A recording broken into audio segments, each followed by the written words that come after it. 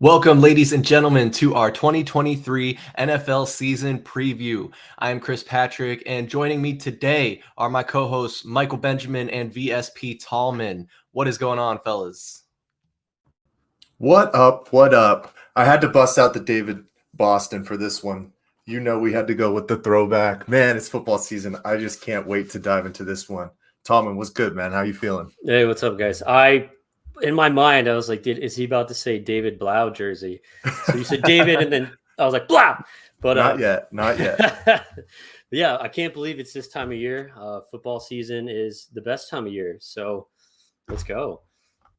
You know, I thought the same thing when he started that off too. And then I thought, like, wow, that'd be a lot to get a David Blau jersey that's also a throwback jersey. Like, that would be a task just to do that.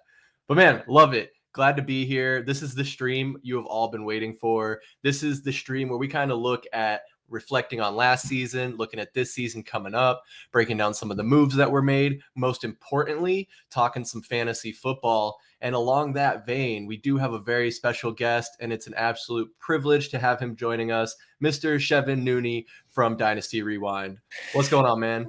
Boys, it is always a pleasure to hop on with you guys. You know you're my favorite podcast in Arizona. Love everything that you guys are doing.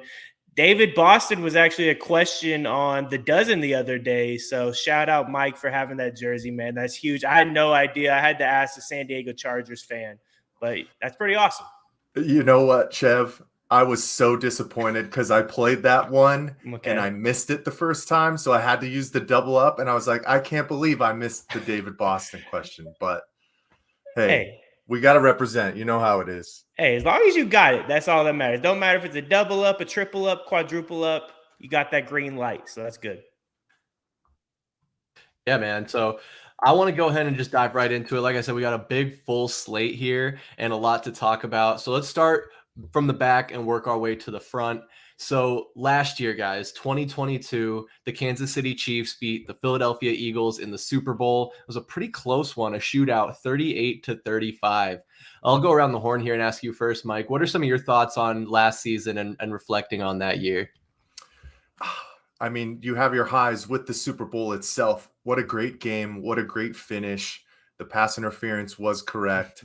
I think the biggest sad part for me was the Tallman ticket not hitting, because that was our closest one, man. We had some crazy legs within that, like 87.5 over for Travis Kelce. All these 8 legs were hit, and all we needed were the Eagles to follow through, and unfortunately we didn't get it. But Tallman, I know we're going to get some this year. But as far as the Arizona Cardinals, we know what's happened, and we know the entire regime change and the culture shock that's really going through this team right now. And it was great to see what happened in that first preseason game. We know it's preseason, but anytime you can see a 2-minute drill come to fruition, you got to love it. But, you know, bye-bye Cliff Kingsbury, bye-bye Steve Keim, and on to a fresh start. I love it, man. I'm so excited. Yeah, it's a whole new year, whole new realm of possibilities. Chev, for those watching either live or watching back, they might not know you're a Chicago Bears fan, right? Oh, yeah. We didn't have to worry about the 2022 season. I will say that. And playoffs were not even close to our minds. The only thing on my mind this last year was Justin Fields, please just do not have a big injury happen to you. Luckily, we escaped. He didn't have any super massive injury. He did have a little nicks and crannies here and there, but didn't have to worry about it at all. But the playoffs, they were fun. They brought a lot of different things that we did not expect to see. Zeke playing center. That was not something I saw, and it was not on my bingo card for last year. So that was really fun. But, you know, a lot of teams made some waves. We had the Giants.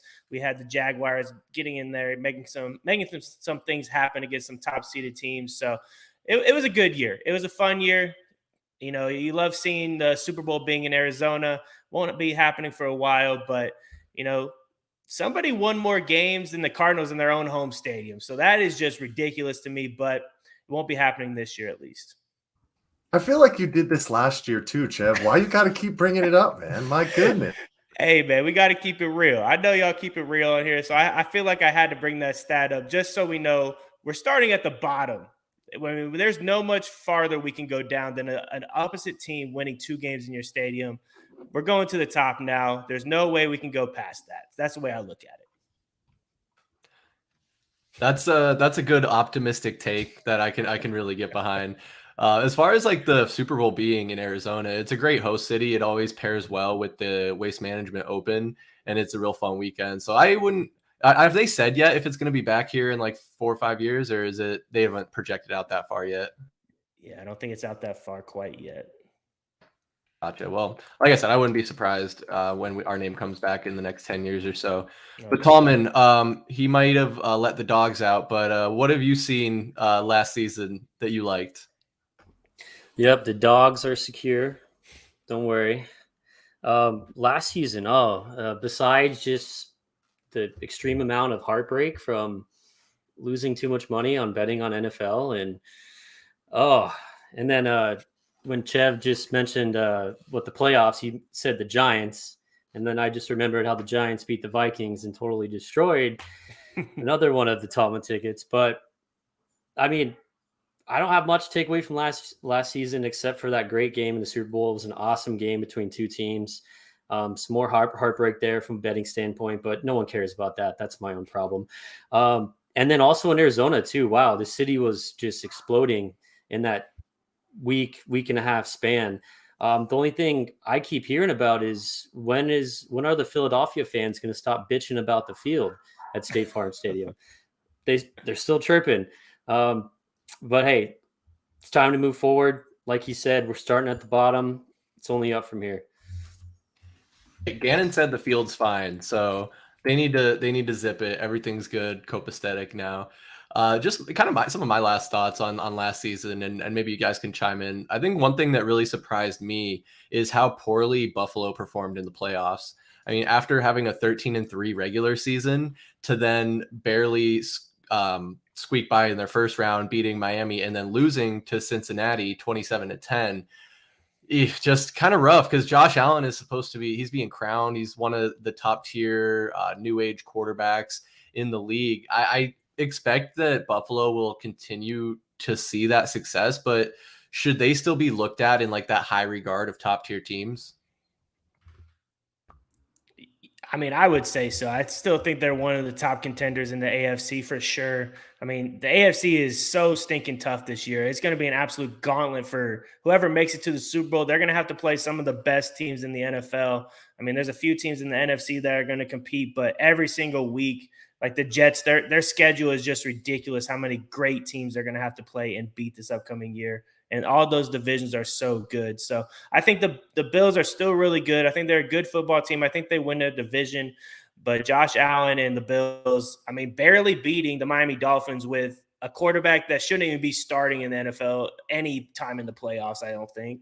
And then they go and lay an egg in Cincy. It's not a good look. They had a lot of stuff going on, so I get it. You know, mine's probably not on everything at that moment about football, but yeah, they laid an egg. It was definitely an embarrassing time to be a Bills fan and just watching that happen. It's got to be tough. It's so much heartbreak for that franchise over their history. If anyone doesn't know, go do a quick Wikipedia search. It's truly tragic. But no, I'm with you there, Chev. I think they're going to be still one of the top tier teams. Mike, I wanted to kind of transition here a little bit. Talking about last season, the Cardinals went 4-13 and fired Cliff Kingsbury. Now we're going into the offseason and a new season coming up. So there was the draft, a free agency, and some coaching changes. The Cardinals now have hired Jonathan Gannon, former Philadelphia Eagles defensive coordinator. Did they improve our team, the Cardinals, by doing that? By default, from getting rid of Cliff Kingsbury and Steve Keim, I think you have to say yes. We saw the trajectory that this team was supposed to be going on with Kyler Murray and Cliff Kingsbury at the helm. But unfortunately, there was just too many off-field distractions from coaches getting fired, players getting cut without explanation. And even when you have a main focus with Hard Knocks in season on your team, we truly didn't know what was going on. So the only thing that you can really think of is it was all bad, right? And when you have that kind of a cancer in your locker room, you got to clean it out and you got to start fresh. And what Monty Ossenfort and Jonathan Gannon have set within a precedence for this team, it's hard nose to the ground. We're getting our studying in. We're working all day long. We saw that throughout training camp as well, with the practices themselves a little bit later in the day than first thing. And then basically, okay, if you guys want to do film, that's on you. You know, there's accountability that's starting to be set here. And I love the addition of Nick Rallis. I know that he's a super young guy, but you know, Jonathan Gannon is going to be right there to guide him and hold his hand and, you know, put him under his wing to create an aggressive defense where hopefully we can actually get some pressure, which is something that we've struggled with the past couple of seasons. But we already kind of know that it's rebuilding time for this Arizona Cardinals team. But just from what we've heard, you know, the interviews, the people within that franchise right now, it's an exciting time for this franchise, and they still have a lot of work to do, but I think they improved mightily over the past, couple months. So, You know, sometimes they say that it has to get worse before it gets better. So you can't look for them to turn it around overnight. I know I've been hard on Gannon and the Cardinals organization as we've moved through the offseason, and really low expectations for this season. But that's not necessarily a bad thing, because like kind of Chev was alluding to with the Bears, kind of nowhere to go but up here.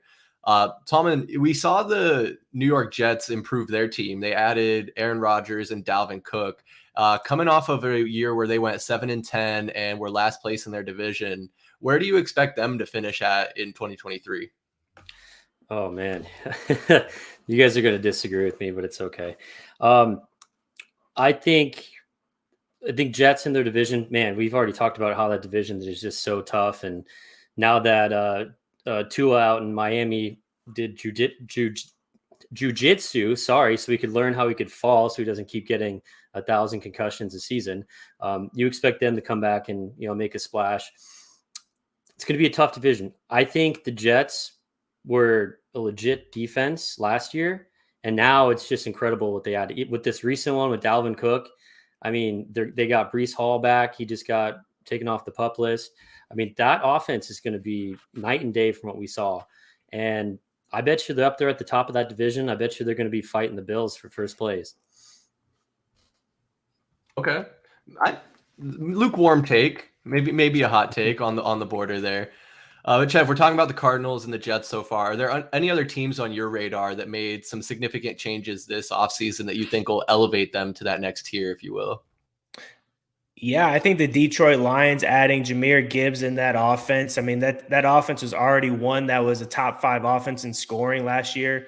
Yes, they had a defense that was so bad that they had to just throw the ball a lot to keep staying in games, but Jared Goff played well enough.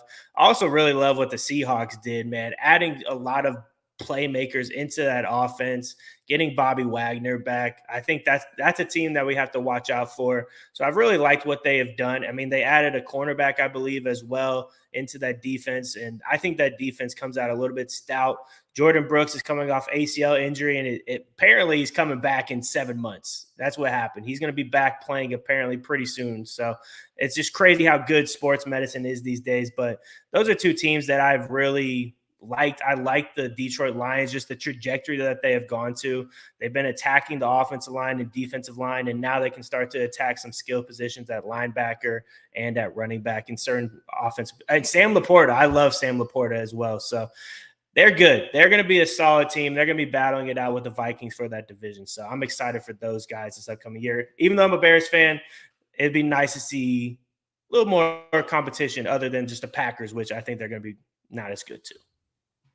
Yeah, Packers losing Rodgers, I feel like, is a pretty big blow for them. And then they weren't even so hot last year. They finished 8-9, third in the division, just barely beating out the Bears. And so Lions were already second in their division last year. So I could totally see them challenging the Vikings and making a claim there. So we're talking about some of the good, some of the highlights. And Mike, what some of the lowlights of the offseason? Did the Cardinals have any failures in your mind in how they navigated this last offseason? I think if you're talking about a win now mentality, that's a failure that they did with the free agents and the signings that they failed to really come up with. We know we lost some key pieces with Zach Allen going to the Broncos and Byron Murphy going to the Vikings. But we also know that's just not the plan right now. I know Tallman always talks about how you can't tell your fan base that you're losing. And I totally agree. but us smart Cardinals fans understand what's going on. Just the way that they maneuvered the NFL draft as well, garnering so much capital for next year and possibly putting, 2 top 5 picks in their arsenal for 2024. So in regard to truly building out this roster for this season to be really competitive, win some games, maybe, challenge for division crown, that was a failure, but we know that's just not in the cards right now. Yeah. And Tallman, kind of along that vein, do you think that the loss of Zach Allen and Byron Murphy this offseason is going to have an impact on the long-term success of the Cardinals? Not necessarily just this season. Yes, of course. I mean, it's impossible to think that they wouldn't, because those are 2 young players that are growing into the prime of their careers. So they're going to be heavily missed. But I don't have too much of a doubt after we watched homeboy Monty Ossenfort go through the draft. I'm sure he's going to find a way to replace that. And as Mike mentioned, we have that capital we built up after he hit it out of the park during the draft. But I mean, it's you look at this team on paper, we got worse. That was where they went wrong, but we knew this was going to happen because we tore it down and it's time to rebuild. But the first thing we have to rebuild is the culture. You got to rebuild culture before you can rebuild the roster. And last season, it was like the inmates were running the prison. So now we got to reset, and we start with that culture and that coaching staff. And that's what we're seeing right now. So the improvement on the roster is going to come later, as we know. And then NFL it's a 1-year turnaround. So if we play our cards right, we can expect this team to be competitive next year. Wrong button. Yeah, all in all, not the end of the world. I kind of agree with you there. And I do like the culture shift that's kind of started with the tutelage of Jonathan Gannon and leading these guys, already having guys in the camp saying that it has a much different feel. It's a culture shock. And you heard reports of, guys walking into practice, walking into film study late under Cliff Kingsbury, and there not really being any repercussions for that, which really surprises me when you're talking about a game being played at the highest level and there's millions of dollars out there on the table for a lot of these players. Chev, I want to kick it to you though last year when we're talking about teams that might have failed or came up short. And one specific instance I wanted to pick your brain on, kind of the ongoing turmoil with Jonathan Taylor and the Indianapolis Colts. Do you think that they're kind of fumbling the bag there, or are Taylor's requests a little unreasonable? No, I mean, I think you have to pay the guy. I mean, he's been a guy that has just had 1,800 yards not too long ago on the ground. Like, the dude is a stud player for your offense, and you have a young quarterback coming in and Anthony Richardson. With those two together, like, that rushing duo could be absolutely bonkers in the NFL. I don't know how you really stop it if you have that 1-2 punch, because they're just so good at what they do on the ground. I mean, Jim Irsay just saved a whale for $20 million. So congratulations, you just got a whale, but you're missing out on your best player on your team. He's literally the guy that makes that team go, and you're really fumbling the bag. I would love for the Bears to make a push. They have all the money in the world at this point. Adding a running back that has that kind of caliber of play, he'd be a stud muffin in that offense. But yeah, I mean, what do you do now? What is the move that Jim Irsay is going to do? Is Jonathan Taylor just going to sit out and not do much? I know he's a little bit dinged up at the moment, but the running back position in general has just been a disaster this last year, and we've seen all the turmoil that it's brought. Josh Jacobs still hasn't showed up to camp, so I think a lot of these teams are just realizing we can find other dudes, but it's really hard to replace a guy like Josh Jacobs and Jonathan Taylor in your rushing attacks, in my opinion. It's hard to find those talents that can just take over games and be the vocal point of your offense, and that is what we've seen with Jonathan Taylor. And yeah, Jim Irsay, the tweets is just ridiculous, and with the agent, it's just, you don't see that very often. Yeah, it's always some offseason drama. You don't see it quite to this extent too often, but here at home we did see a little bit of that with Kyler Murray during his contract negotiations and some funny business in there.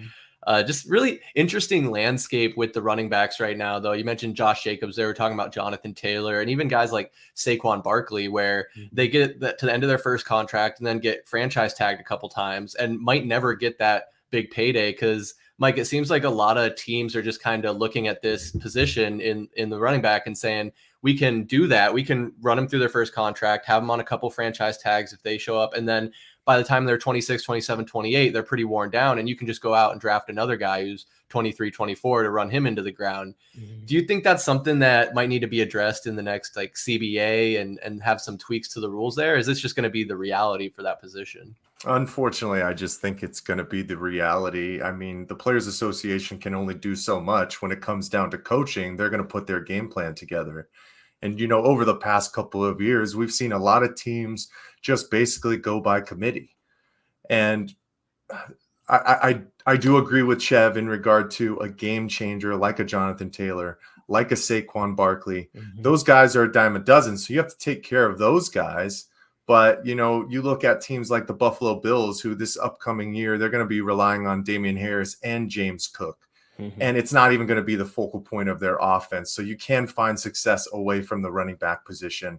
Plus, we're starting to see all these new young quarterbacks who are mobile, can get out of the pocket, and the game has just changed.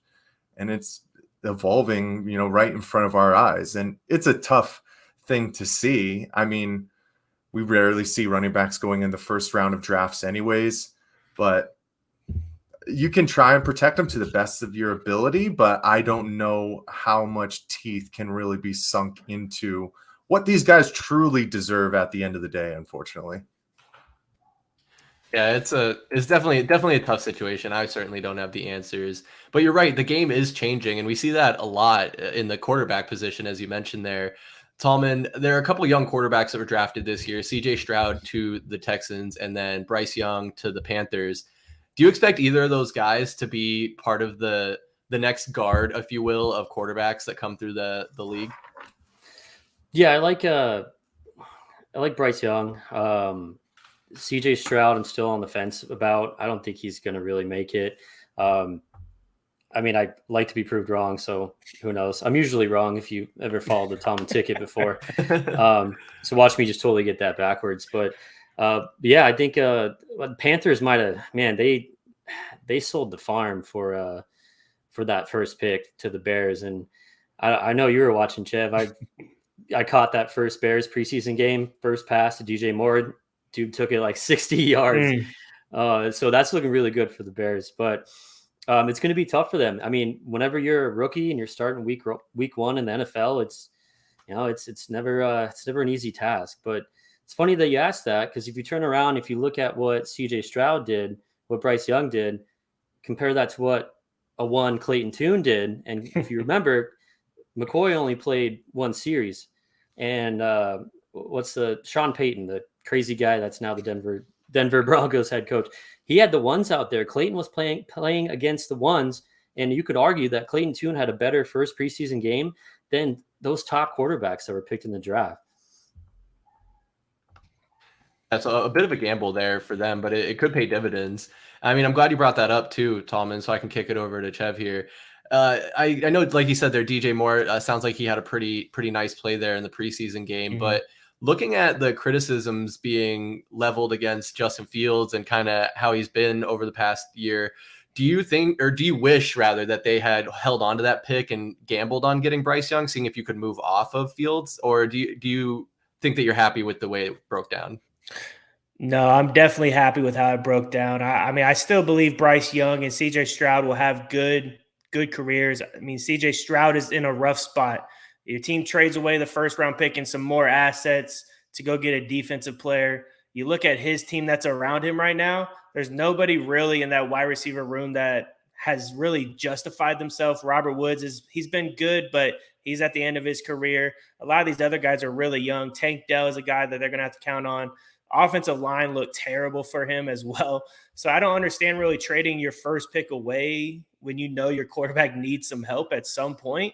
So that would be rougher for him. I really like what Carolina has done. They're going all in on getting Bryce Young help and building that offensive line, getting Miles Sanders, getting Adam Thielen, DJ Chark, a lot of good players that can be beneficial. I mean, he's played on the biggest level as well. So Alabama is not no slouch, played in massive games, been overlooked. He's played with the biggest athletes in college, so I'm not too worried about him either. But, you know, Justin Fields last year threw for 2,200 yards. Like, in today's NFL, that is not how you win football games, boys. You have to sling that football around. If your quarterback doesn't have 4,000 yards, it's going to be tough. But he did lead the NFL in rushing, I believe, for a quarterback. Many big games. He basically just kept them in games, and the defense was just so bad they couldn't do anything about it. But I think he has a lot of upside. If you get him the help like we did this last year, getting a bunch of good offensive linemen, getting a DJ Moore that we've seen AJ Brown go be Jalen Hurts guy. We've seen other people as well. Stephon Diggs go save Josh Allen. I mean, that duo is pretty nice. I'm not saying that's what's going to happen, but you have to put your QB in good situations, especially if they're on a rookie contract. Like, that's the way you win football. Clayton Tune, I don't know why he couldn't be the starting quarterback. We've already seen stinking Colt McCoy for how long now? We know he's going to be trash. I hate to be that person to call a guy out, horns down, boomer sooner, but we've seen the dude. He's trash. He's not going to win you games, and that's not what the Cardinals want to do. They want to lose, but why not give Tune a chance? Give him some trade value or something, man. I feel like at some point he's got to get a chance, whether it's Colt going down from injury or poor performance. I mean, I just watching the little bit of that preseason game I did, I don't know if it was by design, but it seemed like Colt doesn't quite have the arm that he used to. And there was a lot of dinking and dunking going on. So it's that fine line between ability and brains. And I think Colt obviously he has the experience under his belt, so he might still be a smarter football player than Clayton Tune. But in a season like this, where you're not going to be in the playoffs, let it rip, man. Like you said, get some film, get his capital up. So if you do move off of him, if you don't keep him as your backup, then you have a nice little trade piece there. I'm just spitballing here. Worst he does is suck, and you want to suck either way. So it doesn't really matter. He could be great. He could be the next Brock Purdy. Who knows? But I want to see it. I don't need to see Colt McCoy. I've seen it. Game manager, not going to win you games. I don't need to see that no more. And if you're the new GM and the new coach, you have to be thinking about that. There's no reason not to try. I got to believe that they're having these conversations. I mean, they see these guys every day in practice. We're pretty stinking smart, boys. I'm not going to lie. We called a lot of stuff the last few seasons that we knew was coming in. I think we're looking pretty stinking smart if you watch the episodes back. Heck yeah. I mean, we keep you guys at Dynasty Rewind, us over here at Valley Sports Plug, we keep putting it out here. Maybe we'll be on the staff one day in the scouting department or something. You never know. Got to dream big. They'd be lucky to have us. That's all I'll say. We have to negotiate better than Jonathan Taylor for sure. But anyone watching back either in the live stream right now or watching back, let us know in the comments any moves you liked, who you think might have won the offseason as far as the draft, free agency, and trades that went down. But now that we're out of that, we're in training camp now, a couple weeks from the season opener here at the beginning of September. Mike, have you been watching any preseason games or keeping tabs on the NFL camp? Zero preseason games. I did watch the last 2 minutes of that first preseason game for the Cardinals against the Denver Broncos. So that was fun to see David Blau go out there, make some nice throws and get a W, go for that 2-point conversion.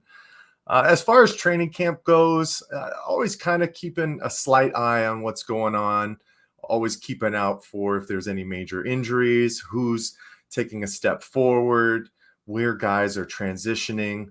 For most of that, it's happening for the Cardinals. I'm not really keeping tabs on what's going on out throughout the NFL as much. Other than this year, I don't know about you guys, but I feel like there's been a lot more fights at these joint practices. I don't know if that's just me. I haven't been paying attention enough over the past couple of seasons, but that just shows me that these guys are chomping at the bit and ready to get out there and hit some people, man. So I'm the same way. I'm just counting down the days till September 7th.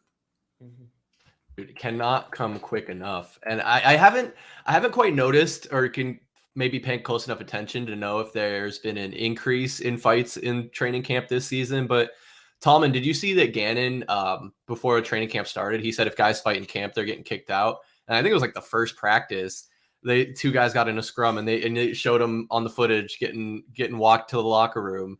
Do you think that's a good approach for a head coach? Yeah, it's a great approach because when you fight in a regular season game, you get a penalty and that hurts your team, right? And that right there, what you said about Gannon's rules, I mean, part of the culture, man. rebuilding that culture. So I think it's great. I love it. I agree. I mean, you guys are there. Like I said kind of earlier, you're there to be a professional. It's the highest level of football in the world. And so, yeah, I have no problem with it whatsoever. Chev, how about you? What have you been seeing or watching in preseason so far? Yeah, I mean, the Cardinals are always a team that found a way to shoot themselves in the foot. So sending these guys to the locker room to, give a little punishment, I love it. I think that's great. Just a lot of watching these rookies, seeing how they do. Week one, you really don't see a bunch of the studs out there for very long. So you're seeing a lot of these guys that are just battling for a spot. And I think that's one of the fun things that these offseason shows show us. Like, there's a bunch of dudes that aren't going to make this team. I think they have to cut like 37 players or something like that crazy by the end of the preseason and whatnot. So that's a lot of players that are going to be missing. I think it's like 1,180 or something like that. I did the math earlier, but I can't remember the number. It's just too many at this point. But just seeing what players are stepping up. I love seeing Josh Downs from the Colts. I think he's a guy that, maybe doesn't start off strong during the beginning of the season, but I think he picks up steam and he kind of runs with the job there later on. It's just fun to see all the players you scouted and watched and from your teams that they just picked up that are doing well. I mean, the Bears with DJ Moore. You just get dreams about that stuff because the Bears usually don't do that. So I'm excited, man. It's been fun to see all these guys get out there. Yeah, I like preseason also because there's teams like I think the Cardinals could end up being one of them where the rosters are expanded. I think it's up to like 75 for the preseason or something like that. So you can really have a lot of guys getting film out there and seeing what they're really made of. And once those cuts come down, there might be a guy that comes open that can fill a hole you might need on your team. So I have not, like, kind of like Mike, I haven't watched very much preseason, maybe a few minutes here and there. Because it's not like the highest level of football. Obviously, you got a lot of third, fourth stringers, guys that aren't going to be on the team, like I was saying. But I do like see, like in the Cardinals case, seeing Clayton Tune, seeing what he can do. Some of these guys in the backup roles, kind of seeing what you have there. I mean, full disclosure, I'm also a Pittsburgh Steelers fan by birth, not by choice, and knowing Kenny Pickett is going to be our guy at quarterback is comforting, but then also wanting to see what we have in Trubisky. And shoot, did I forget who our other quarterback is? I did. Not important.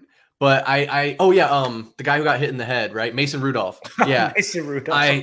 I forget about him because I don't want him to be on the team anymore, but somehow he did better than Trubisky in the first preseason game. So it looks like he solidified himself and he'll stay as the second string. But hopefully the Pickler, Kenny Pickett, can stay healthy.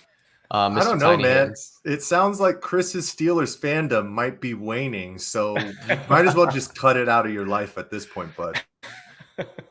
The Red Sea is bleeding into my veins as we speak. Pull off the Band-Aid. We need a different theme, man. The Red Sea, it just doesn't get me going. Maybe it's just me being here for 5 years kind of thing, but it's hard to get behind, I think. Well, and then the other bird slogans are already pretty much taken. So it's hard, dude. We're stuck in a pickle at this point. Yeah, I agree. There's a ton of bird teams. And I guess it wouldn't really work to replace Rise Up Red Sea or Red Sea or whatever. But the training camp, 98.7, the local sports radio, they've been dubbing it the dawn of a new era. So obviously that only lasts for a little bit. But I don't know, maybe our Valley Sports Plug fan base here can help us think of a new slogan for the Cardinals, if you will. There we go. But Mike, you know what we got to do every year, especially having Chev on. We got to talk fantasy football, baby. And you stoked? Back-to-back champ? What are you talking about? Am I stoked, man? The money's going up. I got a nice keeper I'm going to be putting in my back pocket. I know Tallman's giving me the side eye because he doesn't want me to do what I'm going to do, but I got to do it. But man, our draft is going to happen in 10 days, August 26th. So make sure you guys keep an eye out. We'll live stream that as well. So that's always a good time to get back with the fellas and watch Tallman pick 5 running backs. The booze will be flowing. That's usually that's why we wait till a little later in the day. So Tallman ends up making those decisions. It's a good time though. I'm excited. I'm that we're going to be able to do that again, live stream the draft. We'll try and ramp up the production value a little bit. But obviously we're not in any type of supremely professional function here, but it's a good time. It's a good time. But that's our league. Mike mentioned there, we get to keep one player from our team last year. So one keeper, any position, and then we do straight draft, so we don't do snaking, and it goes in order of the place you finished in last season. So it's a bit of an interesting dynamic. It's a half PPR, so nothing too crazy or fancy. But Chev, we know, and anyone who knows you knows that you guys do the Dynasty leagues, which is a whole nother beast. So anyone who isn't familiar with Dynasty fantasy football, can you kind of break that down, a little bit for us, what that looks like? Yeah, so a dynasty league, instead of redoing your whole team every year, you get to keep every single player, and you also get draft picks. So basically just think of like you are the general manager of an NFL football team. You get to decide what players you want as rookies. You can trade draft picks away for players. You can trade picks away for players you can trade picks for players, or you can trade players away for picks. I mean, there's just a lot that goes on into it. To me, once you do it one time, it's just so addicting that you just want to keep growing and maybe even start another league so you can try to build another team up. It's kind of like when you were playing Madden and you did like a franchise mode and you just went crazy trading players to go get players that you liked, or if you drafted players. To me, that's the funnest part about it. You don't lose players, which is great, but it makes very tough decisions when you have to maybe cut players with the players that you pick that are rookies, because sometimes these rookies they're not all Jamar Chases. They're not all Justin Jeffersons right from the get-go. So that's the tough part about it. But just think of like you're an NFL GM. You have all your rookie picks, and then you also have a team every single season that you've built up. A lot of fun. It sounds like it. I did a dynasty league one time for I think 2 or 3 seasons, and I kind of fizzled out on it. Not for any reasons of like not liking it or anything, but it is a lot of work, and you really do have to find those diamonds in the rough. And kind of like in real life, your team might go through a couple rough seasons where you're having to build up and draft those young guys and wait for them to come into their own, or through the luck of having that early pick, get a guy like a Jamar Chase when he becomes available, which far and few between, unfortunately, it seems like. But Mike, I mentioned our league. We got the one keeper. How many leagues are you doing this year? Oh, man. It was going to be 3, but now it's back down to 2, which is perfectly fine. I've done years where I've done 4 and 5, and that just gets crazy, man, because then I got players matching up against each other. I got a defense going up against a big-time wide receiver that I need to do good, and it's like hard to pick which one to go with. So 2, it's nice, even number.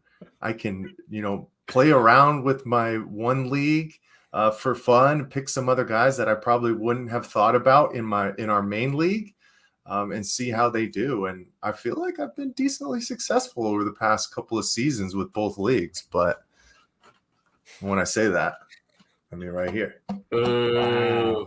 There it is. You got your name on that trophy 3 times? We got to get that updated. My goodness. When was the last time your name was on here? I don't see. Okay. Settle down. Damn. But I mean, you're right, Mike. It can be, when you have a lot of leagues going on, it can be like conflicting where your defense is going up against your quarterback or some crazy thing like that. But imagine being Tallman. You have that going on and you're betting on top of it. So your bets might not always line up with your fantasy team and what you need there. I mean, Tallman, is that something you end up dealing with on a week in, week out basis? Well, yeah. I mean, I lose every single week, so. But no, you don't. Give yourself some credit. Okay. All right. So this is my order.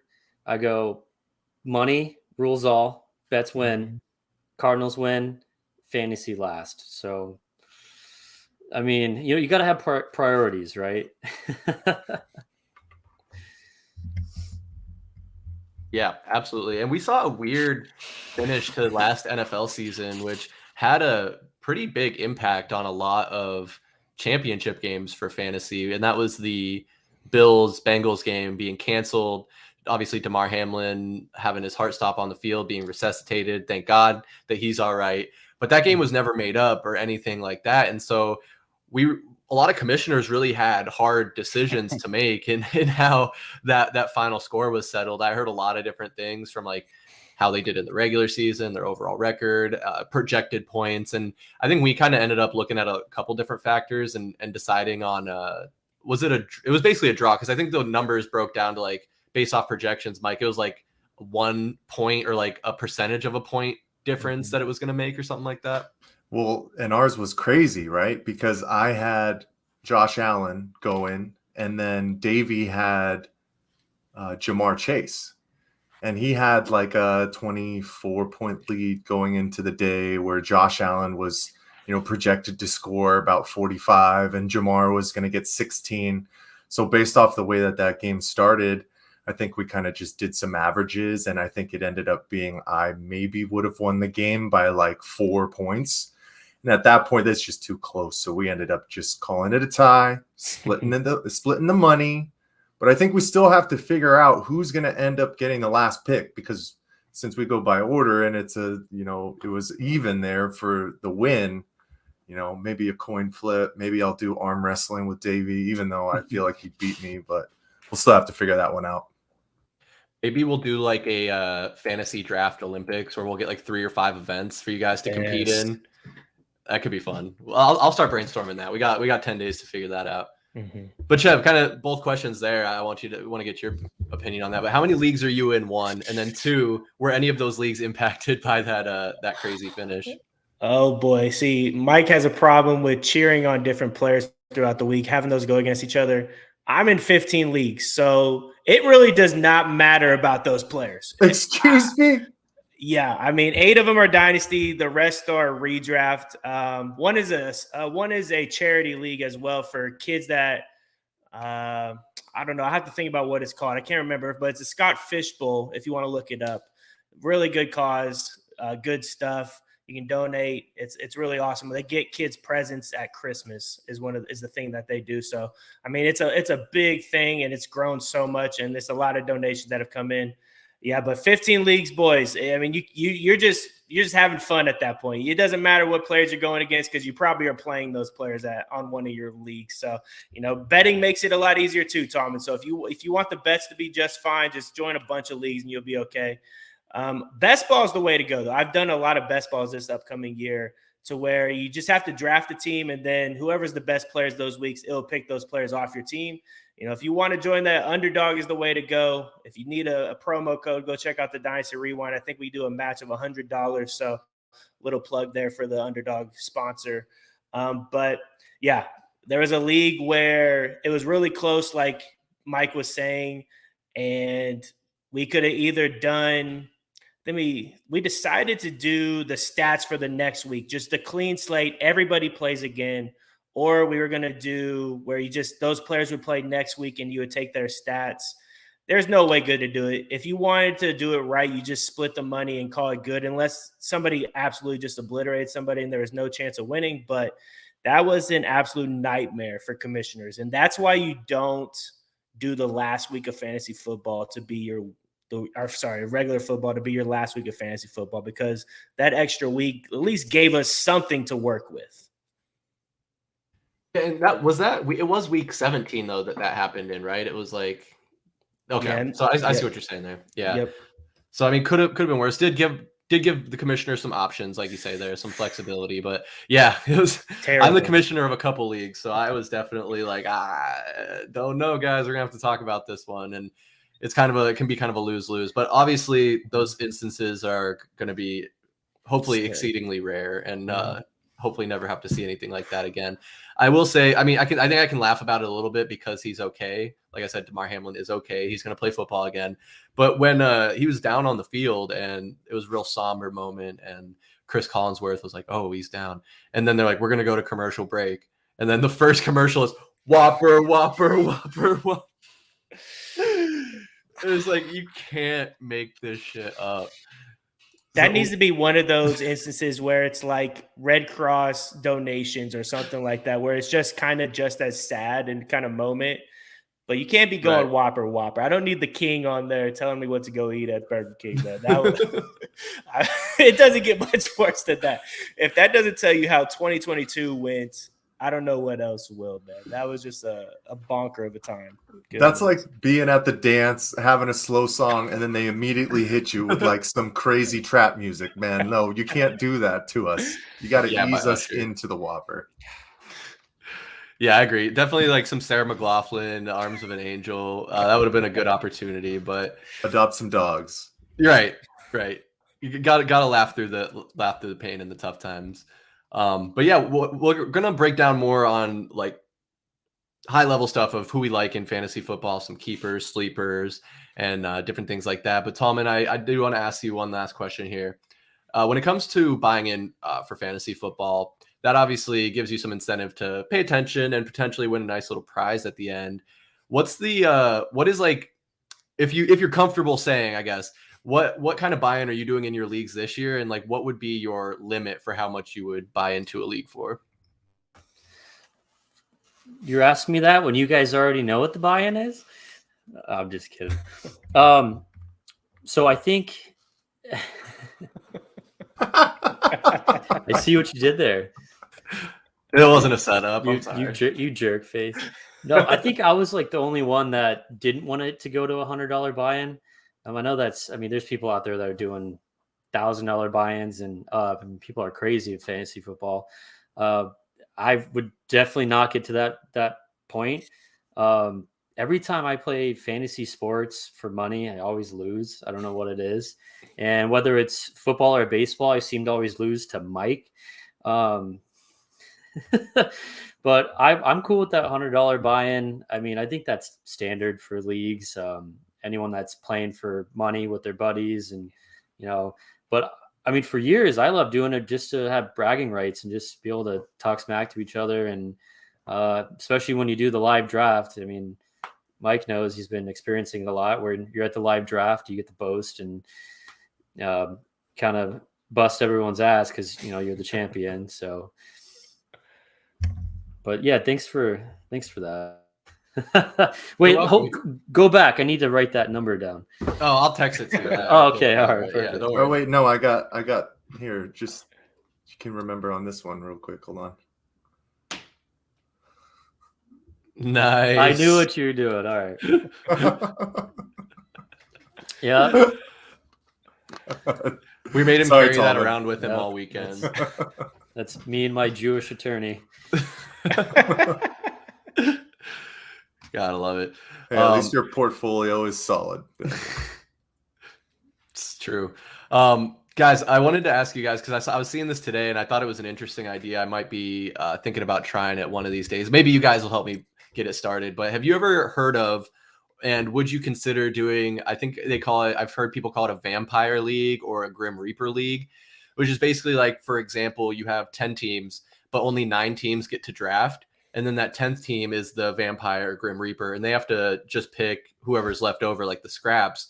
But each week they have first claim on the waiver wire, and if they beat a team that got to draft, they get to steal one of their players and keep it on their team. Is that something that you guys would be interested in, kind of changing it up? Like, Chev, have you ever done anything like that? Yeah, it's really crazy. Everybody drafts and then this one person just gets the people that are left over. I've seen where the vampire does really good, but I've also seen where the vampire is just absolutely miserable. So, I mean, there's just 2 different ways that it can go. It usually doesn't go in the middle too much, but it's a fun league. I mean, you just have to have the right group that makes it fun. There's a bunch of different little innuendo kind of rules to it, but it's a fun one. There was another league where you can't start the same player for the whole season. So like if you start Christian McCaffrey one week, you don't get to play him the rest of the season. So it's crazy how many different random leagues are out there. Obviously in that league, you're not starting a whole bunch of players that week, but there's a lot of fun ones. But the vampire, it's an interesting one that, if you're the vampire, you're going to have 1 or 2 things happen. It's going to be good or it's going to be very, very bad, but it's still a lot of fun. Yeah, I would think that if you are the vampire in that scenario, you definitely got to win a few games, start getting some better players on your team, because you will find those diamonds in the rough, and as starters get injured, you can scoop them up on the waiver wire first. But man, that can be a long sled. Mike, would you ever try something like that? Oh, hell yeah. That sounds exciting. Throw a different wrinkle into the game. Mm-hmm. I've seen some guys on YouTube who are kind of Madden focused guys will do that for their fantasy franchises where they play with 30 teams, and if you win, you get to steal a player from that team. So, guys can have some stacked squads at the end. So I would be excited, man. I'd be all for that. We'll have to talk. We'll talk after the show. We'll see if we make it happen this year or next year. Yeah, just hit my line. Yeah, I got you. My people will talk to your people, and they'll talk to Cody's Jewish attorney, and we'll get it all sorted out. But when we're breaking down, we want to dive into it now because people come here for fantasy football advice, and I love to get my pre-draft advice from Chev while he's on this stream. So I kind of want to talk keepers here for a second. Tallman, I'll rope you in here first, just because to get us started. Not necessarily from your team, not who you're keeping, but if you had your pick of any player, if in theory you had him on your team, who is a must-keep player for this upcoming season? So anybody? Anybody. Christian McCaffrey would be my pick. I mean, we know you like drafting running backs. I mean, hey, come on. So you're gonna make us tell our keeper to Chev, right? So we can listen to him roast Mike. No, we'll see. Yeah, no, I'm going to ask him for what he thinks I should do. I think I screwed Chris last year, though. I think he had Eckler or Najee, and I picked Najee, and it did not go as great. Najee didn't suck, but, Eckler was the best running back in the NFL last year. So, Chris, that's on me, man. I owe you a good one this year at least. I do remember that. It's all good. I mean, Najee had a lot of upside. Maybe he still does, but that's kind of the pickle I'm in now because I did keep him. And so my two best players from last season, as I see it, are Najee Harris and Tyreek Hill. It seems like Harris has kind of fallen into the middle of the pack, running backs wise, out of the top 10 on a lot of these rankings I'm seeing. So I got to keep Tyreek, right? Yeah, I would keep Tyreek just because he's going to be drafted earlier. Do you guys do it by rounds or how does that work? Do you just get to keep a guy, or does it go by all right, he's in the second round, that's why I picked him, and I don't have a second round pick? So the keeper is basically our first round pick. So we pick up in the second round. Yeah. Perfect. Yeah, I think you have to keep Tyreek Hill. There's a better chance of you getting Najee Harris later on than getting Tyreek Hill. So I would say Tyreek Hill, he's a good option, especially how many wide receivers do you start? 2 or 3? A 2 and then a flex. Yeah, I think you stick with Tyreek Hill. I mean, he's going to be a guy that his aspirations are 2,000 yards. Does he get there? I don't think so, but he's a guy that still has the juice. So I'm sticking with Tyreek Hill on this one for you. That's how I was leaning. I think I got to do that because, like you said, Harris could be there available a little later on if I do want to take a flyer on him again. But yeah, it's an interesting running backs race. So I think I should be able to get at least one other guy, maybe also scoop up Harris. But kind of similar question that I asked Tallman, just to piggyback off that, like who is a must keep for you that's not Tyreek Hill or Christian McCaffrey? Yeah, I mean, there's so many good guys. If you're in a super flex league like Patrick Mahomes, Josh Allen, Jalen Hurts, you have to keep those guys, especially if it's super flex. Justin Jefferson has been my favorite player the last few seasons, scouting him from LSU. He's just a stud. Jamar Chase. I mean, there's going to be a lot of good players that you can keep, but any of those top 10 guys, if you have one of those guys, you have to keep them.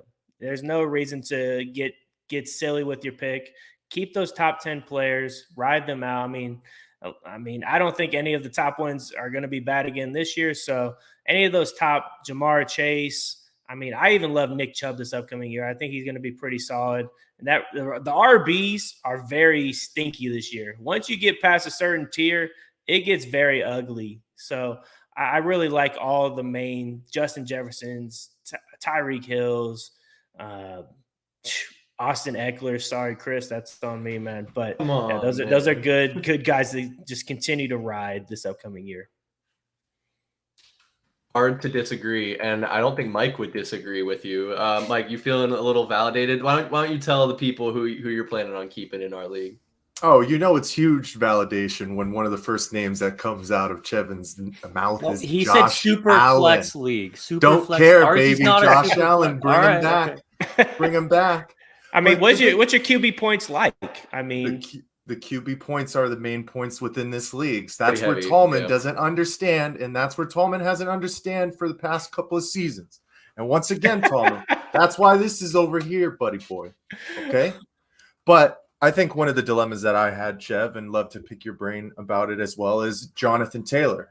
He was my guy that I kept from last season. He did struggle, and now, he's going through, the nonsense with the Colts front office. So I'm on the fence. I think that he can really, really help take Anthony Richardson under his wing, and they're going to have to rely on Jonathan Taylor, to be honest with you. But is there just too many unknowns to be able to take him right now when you have the known commodity with Josh Allen? Yeah, I mean, if the fantasy scoring is as good as you guys are saying for QBs, like if that's the main scorer in these leagues and it's by a lot, I think you have to. I think you continue to ride Josh Allen. I mean, it's hard to go with Jonathan Taylor at this point. I mean, you have, a few weeks to kind of decide still, but that situation does not look good. And he's already battling ankle and back. And, Josh Allen just got another weapon in Dalton Kincaid. So I don't see why Josh Allen should not have a really good year this upcoming year. And if the points are as good, I mean, if there's 6 points for rushing TDs, 6 points for passing TDs, and there's incentives for certain yards or whatever you guys are doing, I think you have to go with the quarterback if they are that big of an asset. Yeah, I think if I remember just correctly off the top of my head, it is six for passing, 6 for rushing. I think it's 1 point for every 25 yards completed. Obviously, they can still get rushing yards. I want to say, I know we have some incentive, like if a running back gets a 40-yard rush, they get a couple extra points. I can't remember off the top of my head if we had something in place like that for 40-yard rush or 40-yard reception. I don't know if it's for quarterbacks, if it's a 40-yard completed pass, but I think there's an added point if it is a 40-yard touchdown pass. So, I mean, Josh Allen, dude, he just does it all. They put the ball in his hands. He runs multiple times, over 10 times a game, seems like. That he has, some decent weapons there in Buffalo, and with this, hopefully a stronger run game this season, he'll be able to spread the football even more. So easy decision, baby. At the end of the day, come on, Tallman. Yeah, knock on wood. Especially, I mean, not to keep stroking Josh Allen here, but he is a guy that stays healthy too. He's going to give you 16, 17 games easy. If not playing, the full 18 weeks. So I guess that's 17 games. It's still the same. But we're talking about keepers. I like the advice. So I want to stay in that vein. Who are some sleepers that we should be looking out for this coming season?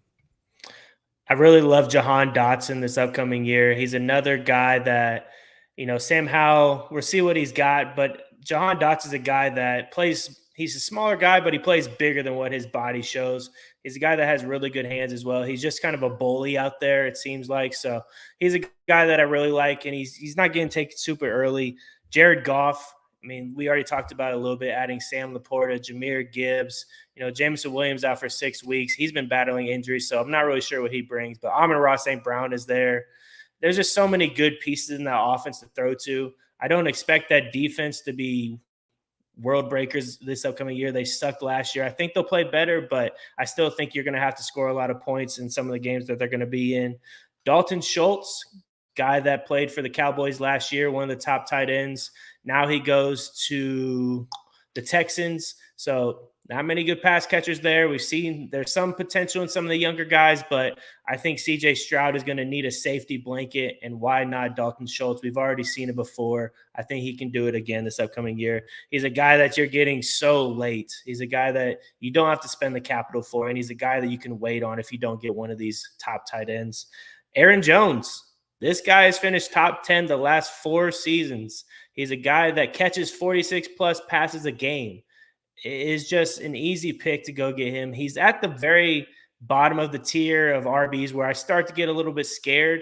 So I love picking up Aaron Jones later. He has that potential to be another good fantasy football player this upcoming year at the RB position, especially with Jordan Love. I mean, he's going to have to check the ball down a good amount. And I think Aaron Jones and them will start to run a little bit more as well. Awesome. I'm writing this down so that I don't forget next Saturday when we're drafting. I always like looking for those late round sleepers. Cut the tape. I think I was talking about Javonte Williams last year, and he had a really good first game, and then he tore his ACL. I want to say I was watching the draft show, and Mike, I think, had him, which had a great first start. I was looking good, and then can't project the ACL, so tough luck. And it's bound to happen, right? I mean, that's just a gamble in football, especially. You know, guys are going to get injured, and that's where the waiver wire comes in huge. Because it's not how you start; it's how you finish. Yes. Tallman, we're talking about sleepers. I don't know if there are any names on the Arizona Cardinals roster that people are going to be looking to jump out and grab early. Are there any Cardinals players you might have your eye on for drafting at any point during this upcoming draft? Well, the only one I would really look at in kind of a league the size of us, 8 to 10 man league, is James Conner. I know they got him pretty low on the running back list, but I mean, think about this team. This team might not have Kyler Murray for the first 8-10 games. You're either starting the old guy that Chev doesn't like, or you're going to start the rookie. And they're going to be a run first team. And they just lost Marlon Mack. I know in the preseason game towards the end of that preseason game last week, we saw some positive stuff out of those guys low in that position on the depth chart. But I mean, if those backups for James aren't productive, we're not getting any positive outcomes from them, James is going to get fed. And knowing how the NFL is treating running backs now, they're going to feed him, use him and abuse him and spit him out, because James Conner is probably not a member of the next good Cardinals football team. Okay. Do you agree with Tallman there, Mike? Or one guy that kind of popped out to me as a potential Cardinal player that you might want to draft is Rondale Moore. Because no pun intended, but there's no more DeAndre Hopkins on this team. So he's going to be one of our top receivers there. He is. I think there's just still too many unknowns with this quarterback position and what you're truly going to be able to get. So I am kind of in the same camp with Tallman. If I'm looking to draft anybody, maybe mid-range area, it's James Conner. But that still scares me at the same point because, like Tallman was said, the running back room is thin right now. And we're going to need to spell him and not give him 25 carries a game, or he's not going to make it to week 6 because we know that he's injury prone himself. But, maybe you could look at a Hollywood Brown because he is in a contract year. I'd even be interested to keep an eye out with Greg Dortch because he's going to have opportunities in that slot position. And especially depending on how long K1's out, they're going to be dinking and dunking. We know that's Colt McCoy's favorite thing to do. And, he could gobble up maybe 7 to 8 catches a game. But Rondale Moore, Chris, it's unfortunate. I just don't know what kind of player he truly is at the end of the day. We've seen flashes. We've seen some good games like against the Minnesota Vikings a couple seasons ago. But I just don't know where he really fits within this team moving forward. And I hope he is a vital piece because of the speed that he brings to the field. But too much unknown from this wide receiver group right now to really take probably in the draft, but I'll keep an eye on him on the waiver wires. I like what you said there because there are those guys that you always keep an eye on, and you might not want to reach and draft them knowing that they might be available, but you gamble that they might be eaten up by someone else. And so kind of along that lines, Chev, we're talking about sleepers. We're talking about the Arizona Cardinals. Mm-hmm. I want to kind of talk about some stash players, guys that you might draft who are currently injured or ineligible that you can put in an injured slot or keep at the end of your bench that might be of use to you later in the season. Do you see Kyler Murray as a player worth drafting? I mean, in the context of an 8 to 10 man league with one quarterback starting each week? Yeah, I think you're getting him so late now. I think the value is there for him. I think on ESPN I saw the other day it was like QB 20. So I mean, he's a guy that you have to take somewhat early, but in 8 to 10 man, like you're not drafting a bunch of QBs in those leagues, I don't imagine, unless the scoring is just ridiculous. But yeah, I think he's definitely worth the watch. I think he's somebody that it's a guy that you have to monitor. It's a guy that I'm drafting. I'm like, I don't have very high expectations for him. He's not a guy that I'm just ready to just spell. He's a guy, if you have like a Patrick Mahomes or a Deshaun Watson, that you have him on your team just in case something happens or a bye week, because I think he'll come back, I don't know, week 6, week 8, somewhere around there if the Cardinals are smart, in my opinion. But yeah, he's a guy that I wouldn't mind having on my roster. Somebody you can just throw on your injured reserve list. And once he comes back, he's probably going to come back 100% healthy. Don't see a reason the Cardinals to bring him back early. So yeah, I still think he's worth the value. The problem is this team is just not great. And Rondo Moore is a guy that played very well, and he just can't get out of the injury bug. The injury bug just keeps hitting him. But if you look at the weeks, he's had over 15 points, I think, in the 7 or 10 games that he plays. I don't even know if he got that many, but he's a guy that puts up points when he's in the game. It just, he's not in the game to make points. So tough. Yeah, and along that same line, Kyler Murray is one of those players like Hurts that can get you points on the ground and through the air. And so if the air is not necessarily an option for him at any point in time, he can run it. But I do worry about how much he's going to be doing, especially fresh off the knee injury and the comeback there. Real quick, just to kick this back to you real quick, another player that I've seen I guess you could call it a stash. I think he has a 3 or 4 game suspension in Alvin Kamara. How high are you looking to take him? Like, what round would you project him to go? Oh, what round?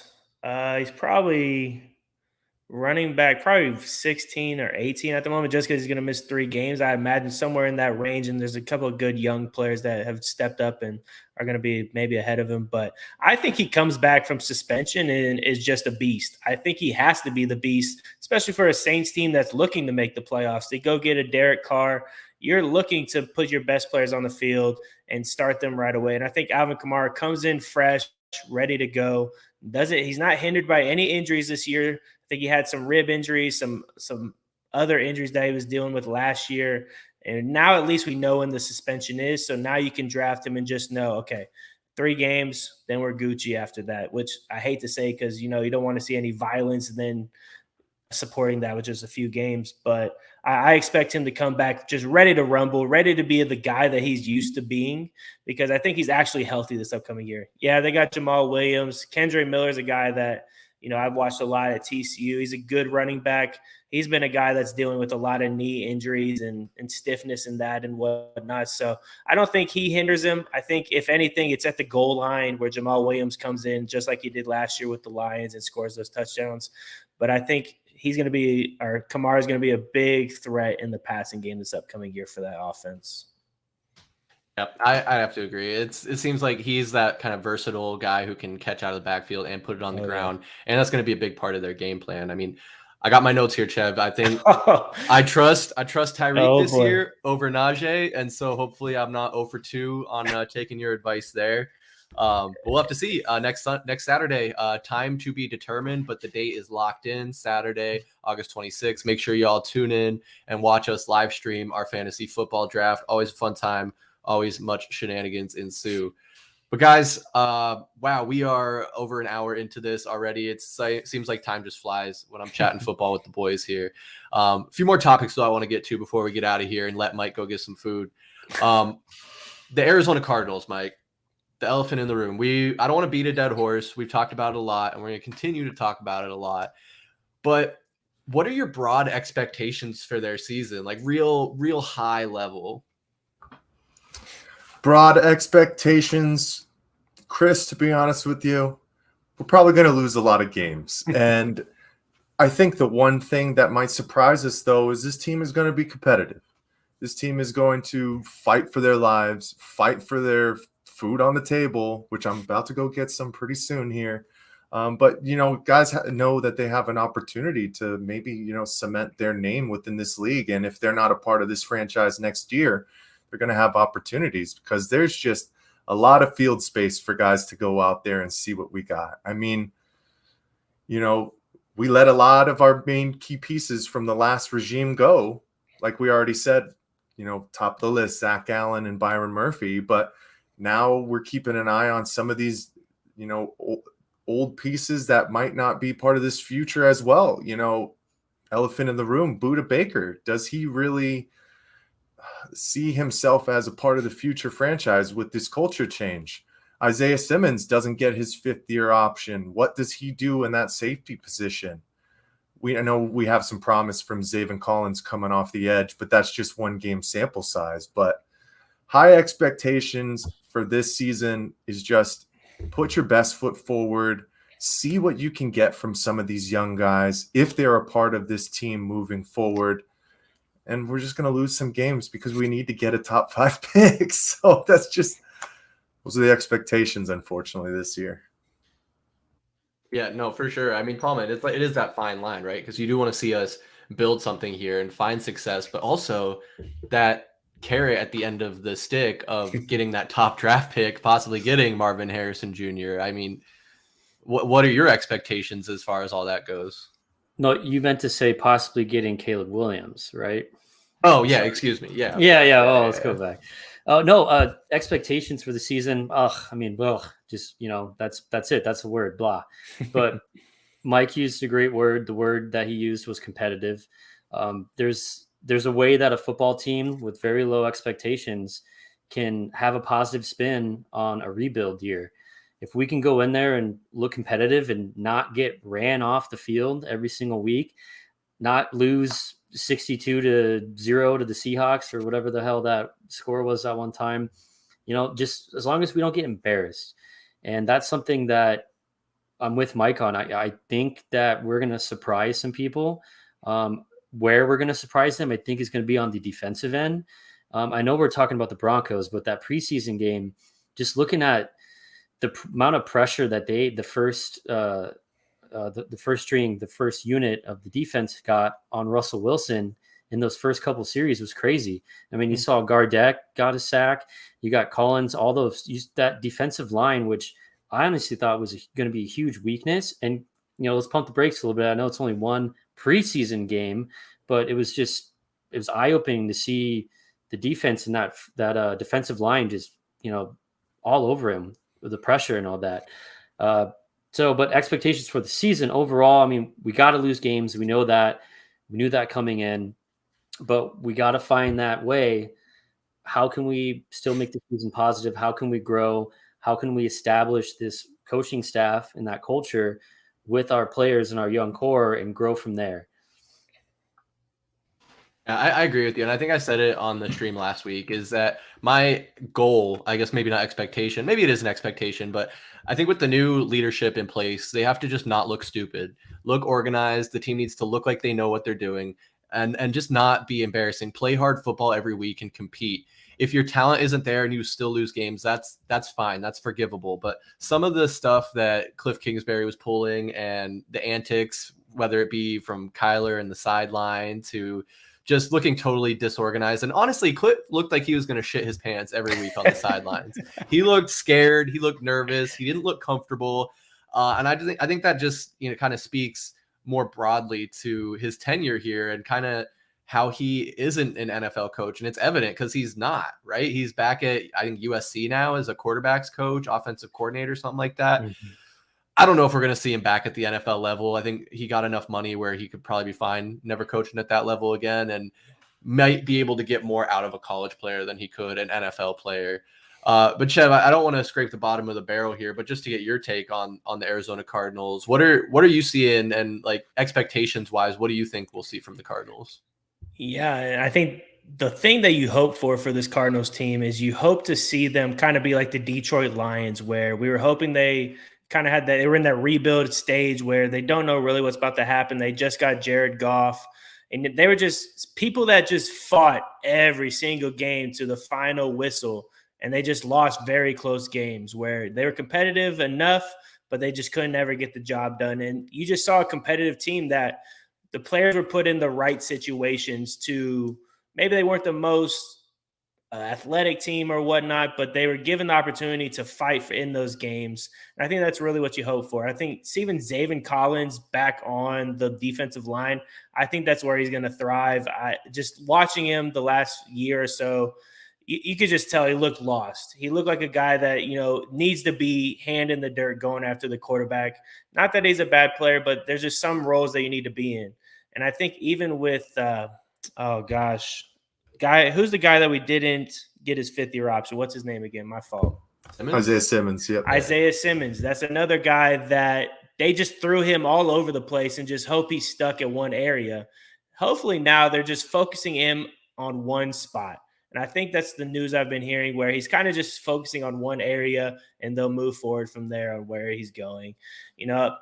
The question I have for you guys is, if we do get the number one pick overall, are you wanting to trade Kyler Murray and get Caleb Williams? Because in my opinion, I don't really think it's a downgrade. I think you kind of stay in the same spot that you're at. But that's the thing you have to play with. The Bears were in the situation last year, and they didn't go with it. But I think Caleb Williams is a different kind of breed.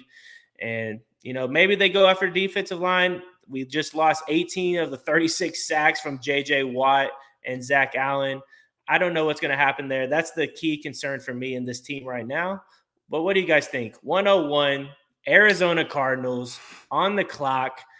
Do you trade Kyler Murray and go for Caleb Williams? Or are you content with having Kyler on your team and just maybe trading down and getting more assets? I'd love to hear what you guys think because you guys have lived it. Mike, I will take this one first because I was going to say, I feel like I know what you're going to say. But disagree. So I want to get both perspectives here. And I think Tallman agrees with me. I think you absolutely have to consider it. That has to be an option on the table. Kyler Murray is a holdover from the last regime, Keim and Kingsbury. We got Kingsbury because of Kyler, and they were like that package deal. I think there's a lot of potential in moving off of him. One, you don't have to pay him that massive contract he got signed to, and you can start over with a fresh guy on a rookie contract who might be comparable skill-wise. And then you have all that extra cap space and money left to get him pieces that can help him be successful. Whereas if you keep Kyler on the roster, he's going to eat up a large portion of that cap. But I think it is tough. So I'm going to say yes. You absolutely have to consider it. Leaning towards you actually have to do it. But I think that's going to really depend on what Kyler does this season when he finally comes back. Does he come back a different player, more mature, more poised in his position, in the pocket particular? I want to see what he can do in the pocket because Jonathan Gannon even came out and said, we're going to put him under center. We're not going to set up all of him taking 90% of his snaps from the shotgun. Like, sure, there will be shotgun plays, but overall they want him to start under center. So if he struggles to do that, if he's not fitting into the offense that Gannon wants for this team, then I think you got to absolutely pull the trigger and kind of like we did with Rosen. We thought when we drafted Rosen, he's like, this is our guy for the future. Then we turn around and trade him. Now, Kyler is not Josh Rosen. Don't get me wrong here, but that's just my 2 cents. I mean, Mike, feel like you don't agree with that perspective. No, Tallman, go ahead. You go first, Tallman. Okay. All right. Shoot. Yeah, I agree with Chris. I mean, let's just, be hypothetical here. Let's say he misses 10 games. He comes back. He has 6 games. Who cares about the opponents or whatever, or doesn't matter. He comes back with 6 games to play. And we already know he's probably coming back and we're not going to have anything to play for because he's going to come back. Say he misses 10 games. He might be walking to a team that's 2-8, right? I don't know where their bye week is. So let's just go with me. Yep. He comes back. If he finishes those 6 games that he starts, 1-5, 0-6, even a 2-4, you're going to see the fan base just go crazy. And with the last 3 weeks of the season, I'm sure it's going to be pretty clear where we sit on if we're going to get that first pick and where the Texans sit on where they're going to be. I mean, we already talked. We don't CJ Stroud set up for failure, right? Which is good for us. And actually the Cardinals play the Texans this year. So it doesn't matter who wins that game because we win both ways. But so say Kyler goes 0-6, right? Just total worst case scenario in my made up bullshit land. They really got to look into it. Caleb Williams is over here looking at getting comparisons like Patrick Mahomes and blah, blah, blah. And like you said, I like what you said, Chris, about, he's not an Austin Fort guy. He's not a Gannon guy, but, and another thing that plays into that, we don't have to pay him, but say we trade him before the next season, dude, we're going to be taking a huge cap hit, right? That dead money is going to be killer. But if you look at it, so you trade Kyler, you eat a bunch of the money, you get Caleb Williams on a rookie contract, you're basically paying the same amount of money, but you're switching out Kyler Murray for Caleb Williams. If you think about it, right? Because you got to pay that contract no matter who your quarterback is next year. But would you rather it be Caleb Williams or Kyler Murray? So it's definitely something that they got to look into. And if he comes back and he totally lays an egg, I'll be the first person to say it's time for him to go. I think the best case scenario too is you want Kyler to play well, but you still want to lose because you still want Kyler to have good value, right? You want to see him gain more value throughout the season. But yeah, Mike, here we go. Your time to shine, brother. I think if you look into trading Kyler Murray depending on how he performs, like you guys say, it's still going to be tough because I feel like the sample size is going to be too short coming back from an ACL to trade that kind of contract. I want to see him go through a full offseason, healthy, working with this new regime, seeing these new pieces and weapons that they might have. I think the one thing that I always look into as well that we could talk about with the Kevin Durant trade is what's the known commodity? What do you know? What is the track record that you can see from a guy like Kevin Durant comparative to where Mikal Bridges could be, right? We know Kevin Durant was a NBA superstar, a world champion, whatnot. What do we know about Kyler Murray? He was a rookie of the year. He's a game changer on running the football. He started to expand his game, getting out of the pocket and making some nice throws. I know he has his downsides with his height. What? Kyler's 5'10". Caleb Williams is 6'1", maybe 10 more pounds than him. Guy, the other thing you have to remember is Cliff Kingsbury's stench is going to be all over this kid from this next season because he's going to be coaching him at USC. Do you want that? You want that residual stench to come back into this locker room. I just think that we have a little bit bigger of a sample size from Kyler Murray to where I would rather go with him because also we're talking about a team that has been bleeding for a number of years. You go back to when we made the Super Bowl in 2008. When was the next time we had another run in the playoffs? 2015? When was the next time we went to the playoffs again? 2021. Like, I can't have 6-7 years of straight failure until we finally get there and maybe are be one of those teams that can make a push. And if you go in the route of going with the rookie, I know Caleb Williams is hyped. I know he has, some really high level skills and whatnot, but I just would rather go with Kyler Murray and see if you can bring in new pieces, have him healthy enough, and maybe make that jump right away instead of having to wait 3-4 years, which you possibly might have to with Caleb Williams. Yeah, either way, I think there are going to be a lot of tough decisions that are going to have to be made. And you might be right, Mike. It might be too short a sample size, whether it's 6 games, 10 games, whatever it ends up being. But I think it's definitely something they have to consider just to double down on that point.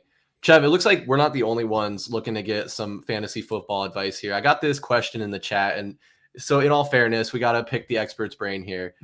This viewer says, should I trade away Cooper Kupp and Kyle Pitts for Austin Eckler and Mike Evans? My other wide receiver is Amari Cooper, and tight end is TJ Hawkinson. The only running back I have right now is Rashad White. It's a 16-team league, PPR. Oh, 16 teams are tough. Honestly, just value-wise, I think you go with Cooper Kupp and Kyle Pitts. I think Cooper Kupp still has an elite season. You get a young Kyle Pitts. Mike Evans is at the tail end of his career as well. Austin Eckler is there as well. So I think you go with Cooper Kupp and Kyle Pitts. I'm guessing this is a dynasty type question here with the 16 teams, and you're asking about these two players.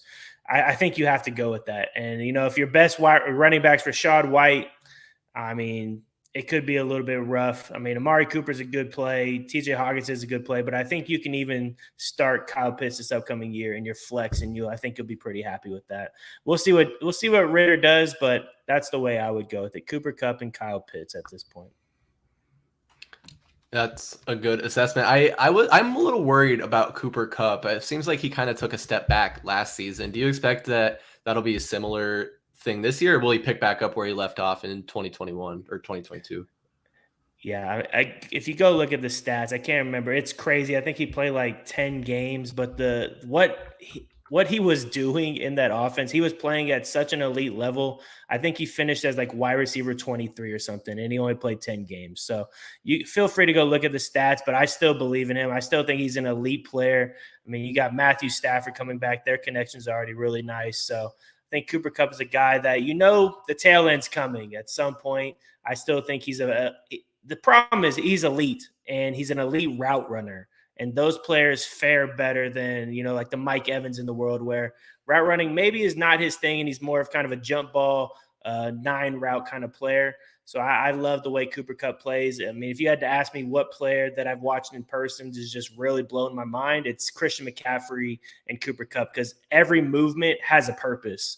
And every time they step on the field, they don't miss a step. Every step is precise in where they want to move, and they can make defenders look silly. So Cooper Kupp is probably the most impressive player I've seen, to be honest. Hard to disagree. man. Right in his element, man. Right in his element. I love it. That is the top tier Yes. analysis we love from Chev.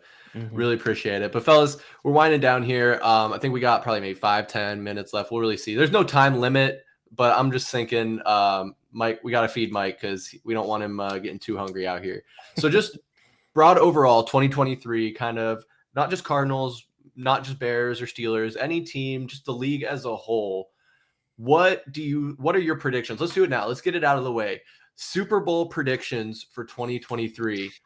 Michael Benjamin, we'll go ahead and ask you that question first.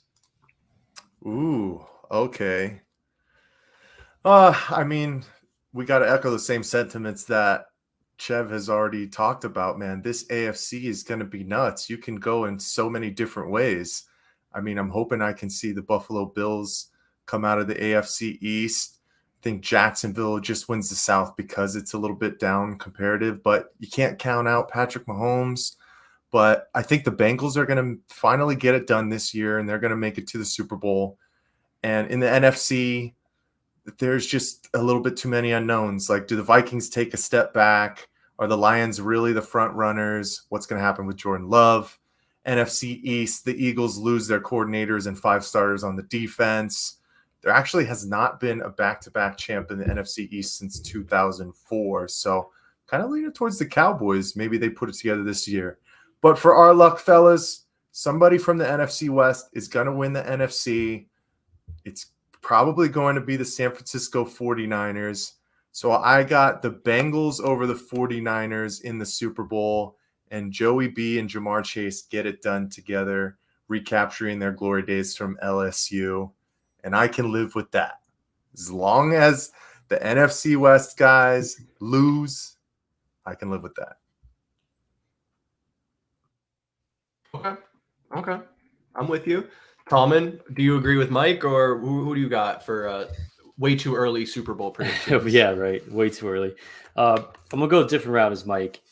NFC, I mean, Mike makes a good point. Eagles did lose some coaches, lose a couple players, but I believe in the Eagles. I think they're going to come back to the Super Bowl this year. I don't see. Yeah, maybe the defense took a step back, but that Eagles offense is going to score 30 plus points a game, and I just find it hard that anyone is going to be able to keep up with them. Mm-hmm. Definitely not the Cowboys. I think what's his face Prescott's going to have a terrible year, and I think he's gone next season. But I'm going Eagles, NFC, AFC. I hate to say it, but I'm going to pick the Jets. I think I already said earlier, the Jets, dude, they had legit. Their defense was legit. Their offense was like, their defense is like a college student, and offense is like a 5th grader. And what they did this offseason, I mean, how do you go from what they had is it Sam Darnold they had? No. Zach Wilson. Yeah, the guy that has sex with moms. So you go from Zach Wilson to Aaron Rodgers. That's incredible. And then, of course, they bring in all of Aaron Rodgers' Goonies, all of his veterans, but they bring them in, and they're actually better than what they have. And they have Breece Hall. He's coming back. He's elite running back. He signed Dalvin Cook. The guy's had 4 1,100-yard rushing years. Mm-hmm. And then, I mean, I don't get it. So I think the Jets are going to surprise a lot of people. I think they're going to be a very, very elite offense, and that defense, it's just, I don't know. Eagles, Jets. Okay, but who wins? Yeah. Oh, that's right. You said who won. Oh, Jesus. We'll go Eagles win. I can't let Aaron Rodgers win. There you go. That's fair. So, Tallman, you're really all in on the Jets being a good team again. Yes, absolutely. Okay. Did you know they haven't had a winning record since 2015? From worst to first, baby. go compare their offensive roster to last year to the one this year. That touche. But Aaron Rodgers is no spring chicken, ain't that right, Mr. Benjamin? He ain't no spring chicken, man. That's for damn sure. So, Chev, where do you land on all this? We got Eagles, we got Jets. What are you thinking? Yeah, Tallman made some good points here. Zach Wilson loves moms. And, I'm hoping on Hard Knocks this upcoming year, we're going to see Zach Wilson take Aaron Rodgers' mom on a date. That would be the best, I think, episode of all time, even in TV history. And, Tallman just made a really great point for the Dallas Cowboys to be the next trade suitor for Kyler Murray, sending Kyler back to Texas. So I love that. The guys I'm going with, though, I really like the Bills this upcoming year. I think them getting Dalton Kincaid is a huge benefactor. I think the 49ers are great. Oh, there we go. A little young gravy and Zach Wilson combo. I love that. But, oh, man, I think the Bills will be great with Dalton Kincaid. You bring back Diggs. Running back situation is a little bit murky, but you have Josh Allen to finish runs if he needs to. I think Gabe Davis even has a decent year this upcoming year. He's just a guy that he's one of those players for best ball where he's going to have big weeks and he's also going to have weeks that maybe just aren't great for your fantasy team. But if you have best ball, it's good for you. So I got the Bills winning that division. I like the 49ers. The problem with the 49ers is their QB situation. One injury away from having to start Sam Darnold this upcoming year. Bang, bang. Look at that. Brock Purdy. There you go. He's going to be MVPs. He's next to the Tallman ticket. Bet your money on it now, folks. He didn't even know. He didn't even know who he was standing next to. VSP Tallman in the flesh. Yo, that's wild. That's crazy awesome stuff, though. Man. That's huge. But we'll see. I got the Bills versus the Eagles this upcoming year. I think the Eagles are just dominant. I think they have they're probably in the toughest division in the NFC. I would like the Jets if they were in the NFC. The problem is they're in a division with the Bills, the Dolphins. Patriots are no slouch either. They got an OC.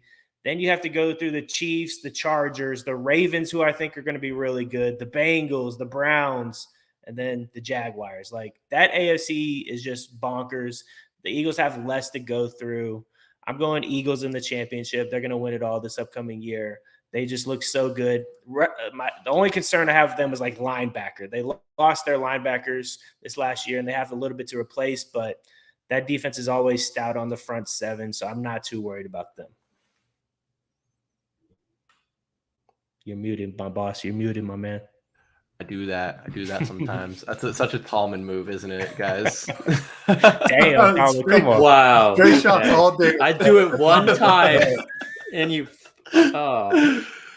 It's all right. No, you just gotta win us a damn Tallman ticket. Yeah, Until come on, then, man. This is what you get. All right. Gotta get better in that column, and then maybe we quit busting your chops so much. No, I'm going to be busting out the donkey suit a lot this year. I like it. No, I tend to agree with you guys. It seems like there's only a small group of teams that are really at that Super Bowl caliber, playing at a high level right now. Just to cut through it, I think it's going to be the Steelers and the Cardinals in the Super Bowl. I'm totally kidding. Rematch. Let's go. 13 years in the making. But no, I really think there's a really good chance that we see a Super Bowl rematch in Kansas City and the Philadelphia Eagles. So Chiefs, Eagles too. And I guess it'll kind of depend on how the Chiefs season breaks down. But with Mahomes and Andy Reid, they are just marching in lockstep. Mahomes is just a different breed. He's one of those guys we mentioned kind of along the lines of Josh Allen, where he is that changing of the guard at the quarterback position. He's going to be a guy that's giving us headaches for years to come, probably more than a decade to come. And I don't expect that they're really going to take any type of step back. They've been able to move pieces in and off of their roster and staying flexible and continue to be a perennial playoff team through these last, handful of seasons. So I honestly think that my pick would be Chiefs repeat. They're going to beat the Eagles again in the Super Bowl. Is that crazy, Mike? Is that crazy, Chev? No, I mean, I don't think it's crazy at all. The team that's been to the Super Bowl 3 out of the last 4 years, I mean, they got beat by a good Burrow team. I mean, it's hard to go against those guys. My problem is, if Travis Kelce goes down, we're not hoping that, but he's a little bit older, battling through some stuff.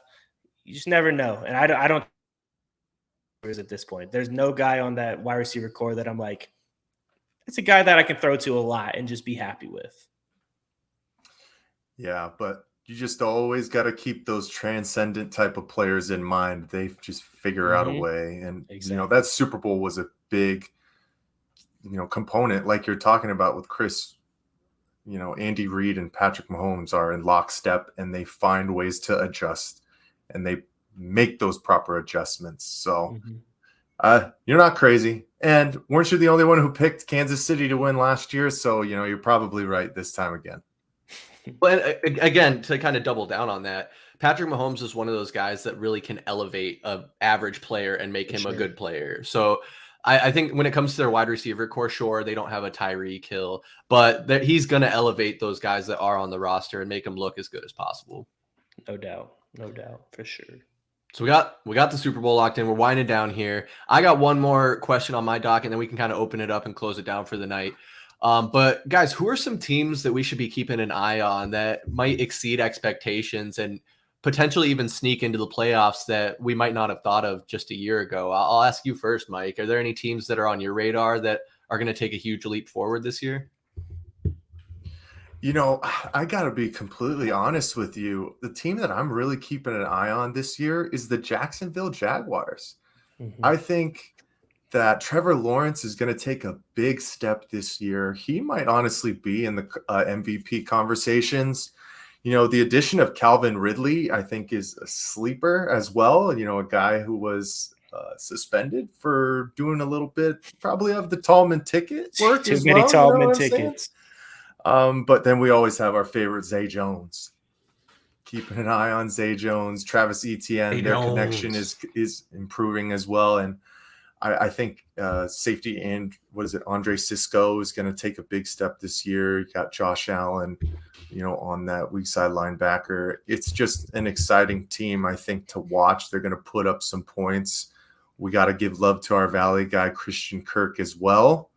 And they're in a honestly not that tough division when it comes down to the AFC. So they could win 12 games this year. So excited to see what they do and if they can, make a playoff push, especially after that exciting finish against the Los Angeles Chargers last year. So keeping an eye on them. Alvin, what do you think of that? Is that a team we need to look out for, or are there some others out there you have your eye on? Yeah, no, that was who I was going to pick if you asked me. Definitely think the degenerate gambler Ridley is going to be a huge boost for them. The one I also had on my list, before, thinking of it, coming into this, and Chev already mentioned it. I think the Seahawks, unfortunately, as much as it hurts me to say, but I think the Seahawks are really going to come out and make a big splash, even if Geno Smith is, not at the level he was last year, but even if he gets just a little bit close to that level, I mean, that team has got a lot better this offseason, and man, they played some good football last year too. So, Oh, great pick. And we can be biased here. Of course, we are the Valley Sports Plug. We love the Arizona Cardinals, but we can also be realists and be honest. The Seahawks are looking pretty solid, as are, of course, the San Francisco 49ers. So turn it into a tough division once again, unfortunately. But Chev, out of those two teams there, the Jags and the Seahawks, are there any other teams that you have your eye on? Yeah, I have two teams. One in the NFC, I'm going to go with the Saints. Getting Derek Carr, getting a QB that they can rely on and sling the football down the field to Chris Olave. Michael Thomas could come back healthy. I'm not expecting anything out of him, really. We just don't know at this point. He could be the best wide receiver in the NFL, or he could be the absolute stinker and never play. I mean, you're getting back Alvin Kamara. Jamal Williams is no slouch at RB. Jawan Johnson, that's another sleeper, boys. Put him on your tight end list. He's a guy that I think will have a pretty big season this upcoming year. And then I'm going to go to the AFC East. That is just a brutal division. I'm going to go with the Patriots. I think Bill Belichick will have that defense ready to go. I'm not saying they're making the playoffs. I just think they're going to be a better team this upcoming year, especially you actually have an OC running your offense who would have thought running a defensive coordinator as your OC wouldn't work out? That is just Bill Belichick trying to be smarter than the whole NFL at that point. But I mean, they have a lot of good players. I think Juju is another sleeper for that team where he's being drafted, I think, like wide receiver 45 right now. He's going to be the wide receiver 1 on that team. Got a couple good tight ends in Mike Gesicki, and Hunter Henry, I believe, is still there. So, I mean, that offense should look better. Ramondre Stevenson is another guy that he's probably going to get dropped down a little bit because Zeke's there, but I think the Dalvin Cook news is a little more important than the Zeke news. I think Ramondre is still a good player. He's going to be a guy that catches a lot of passes for you in fantasy football. But yeah, I think the Patriots, they'll surprise some people this upcoming year. Their defense was number 1 last year, I think, in touchdowns scored, and they just have a lot of good pieces that are going to compete. They're a team that's going to battle every single week. The problem is they're playing a juggernaut of a schedule in the AFC. Yeah, and in a really tough division there with the Bills and now the Jets, and you can even say the Dolphins aren't too bad for my money. So that's turning into a tough one. But I agree. That was the team I wrote down, the Patriots. I think Mac Jones is going to continue his ascension, and still having Belichick at the helm. Obviously, they built a culture there that's carried over from the Brady era, where people thought they would have to break it down to a full rebuild, and they've honestly stayed, I think a little bit higher than what was projected for them. So I think I'm with you now that I put some more thought into it and start kind of airing out my thoughts there. It could be tough for them to make the playoffs, but I think they're going to keep themselves in the conversation as the season progresses. Ravens too. Sorry. Ravens is another team that I'm really excited to see. I think they're going to be pretty good. Lamar Jackson, Zay Flowers, Mark Andrews. I mean, they have built a good defense around that team as well. I think watch out for them to, I might mess around and take a hot take here. The Ravens win the division. Okay. Honestly, I could see it. The Bengals have kind of they did make the championship game last year. They obviously made the Super Bowl the year prior. So it's possible. Joe Burrow just went down with that, what was it, hamstring or calf injury of some sort. So not a great start for them. So I don't think that, again, kind of like Tallman earlier, that's kind of maybe a lukewarm take, getting on the hot side. There we go. But fellas, it's been a fucking blast. Excuse my language. I'm sorry. Just the emotions pouring out of me. I always love having Chevin and picking his brain on everything football and fantasy football, especially getting his insights there. You can go check him out on Dynasty Rewind. You guys are primarily on YouTube, right? Is there any other anywhere else we can find you or follow you guys? Any platform you can find a podcast on. Really big on Spotify is where we're starting to see a big spike in listeners. So if you have Spotify, go take a listen, give us a rating and review on there. We have a Patreon group now. Mike joined the Patreon. We started doing trivia, but life got busy in the summer, but looking to pick that up this upcoming year. It'd be fun to get a little VSP trivia team in there. So if you like fantasy football, you need a community. I think we have 150 plus people in there now. If you ask a question in there, you're going to get an answer. There's like 400 different categories you can put a question in at this point. So we're building some big things. YouTube is where we mainly are at 4 times a week, I believe. So it's fun. Dynasty fantasy football is a blast, but boys, I can't say thank you enough to you guys for having me on. I love the Valley Sports Plug. I don't get to listen as much as I used to, but every time I come on, you guys treat me so well. I'm hoping to hit a few Tallman tickets with him this upcoming year and maybe even get a little celebrity pick. But I would love to throw my resume also out there. If anybody in your league where you guys draft live backs out ever, I would like to throw my hat in the fire there if I get a chance. Okay. All right. He staked his claim here first, and I think you're first in line, honestly. So straight to the source. I don't want to say we're going to kick someone out to get you in here, but don't do that. Tallman, if you lose this year, I'm sorry. Chef's taking your spot. Oh, no. That's okay. He can have it. I'm just kidding. Tallman, I need you as my co-commish. You and Michael Benjamin keep me in line so we can have things be a 2/3 vote. And so I'm not the only one taking the blame when I make changes in the league. But no, Chev, the pleasure is all ours. We really love having you on. Like I said, sharing your insight. I didn't want to invite myself to the trivia, but absolutely, I think we would be more than thrilled. I know Michael would to get a team together. And so just hit me up, tweet me, whatever. We can make it happen. Oh, we ready for the knowledge, baby. Let's go.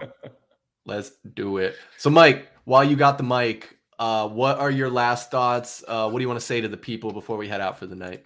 Yeah, I gotta echo the same sentiments. Chev, man, it is always a pleasure to have you, come on, share your knowledge, spend some time with us, and just chat, man. Just chat about football, man. We love this stuff too damn much. We gotta dive into it. Oh, yes. Appreciate your time. Excited for this season to get going. A little disappointed, unfortunately, that the Cardinals didn't make it out to Pittsburgh in the time frame that we were going to be out there for Chris's bachelor party. But we're still going to get out there and watch that Monday night football game, Browns versus Steelers. That's going to be crazy. That'll actually be my first NFL game outside of Arizona. So I'm super excited to see what that experience is. And that's about a month away. So appreciate all y'all. Chris, Tallman, I love y'all, man. Sir, thank you, Michael Benjamin. I am stoked for that Monday night game. I'm right there with you. That's going to be my first Steelers game in Acrisure Stadium now, no longer Heinz Field, but also first NFL game outside of Arizona. So going to be a lot of fun. Hopefully we can get some, maybe not a video blog, but check the socials. Might get a little TikTok or some Facebook stories out there for you guys so you can follow along with us. We'll also be going to PNC Park to catch a Pirates Yankees game. So going to be a good weekend. But Tallman, don't want to steal your thunder here. What do you got for the people? Yeah, well, first I want to piggyback on what Mike said. And Chev, thanks, man, for giving us your time, your insight. You actually gave me something for our fantasy football draft that I didn't think about. I'm going to draft Alvin Kamara in the 3rd round, and I'm not going to get on an elevator with him. Don't worry. But I forgot that he was suspended. So I'm going to be on my first 5 picks, all running backs. I'm going to get him in one of those first 5 picks. And there you go. Everyone at home, come watch me totally butcher my draft and draft probably 5 running backs in a row. I can't wait for it, though. It's going to be fun. Yeah, in the 4th round, James Conner. In the 5th round, Ramondre Stevenson. And Yeah. Tallman will have all the running backs. I'll have to trade him my 4th string wide receiver for one of them or something like that. Awesome. Well, Chev, is there anything else you want to say? I want to just give you the final thoughts on the floor here. Nope, man. Hey, if you play fantasy football, love it. I know it sucks sometimes when you're not playing well, but if you're a commissioner, make some incentive to where each week matters. Maybe it's the highest scorer each week, get $5 on the line. Who cares? Make it fun. Make there be a punishment for the loser. It's supposed to be a fun game. Don't make it too serious. Have fun. 2023 season's right here. Don't fall into the clickbait. There's too much clickbait out there right now, boys. Yes, sir. Man, I cannot stress that enough. So make sure you follow us so you can get the good insight, especially Chev. Follow him at ChevBoyRD and Dynasty Rewind on the Twitters and here on YouTube, Facebook. Of course, Valley Sports Plug, where you're watching right now on YouTube, and AZ_VSP on TikTok, Instagram, and Twitter, now X. But guys, it's been a lot of fun. Love having you all here. I am Chris Patrick for Mr. Benjamin, VSP Tallman, and Chevin Noone. We'll see you next time. Peace.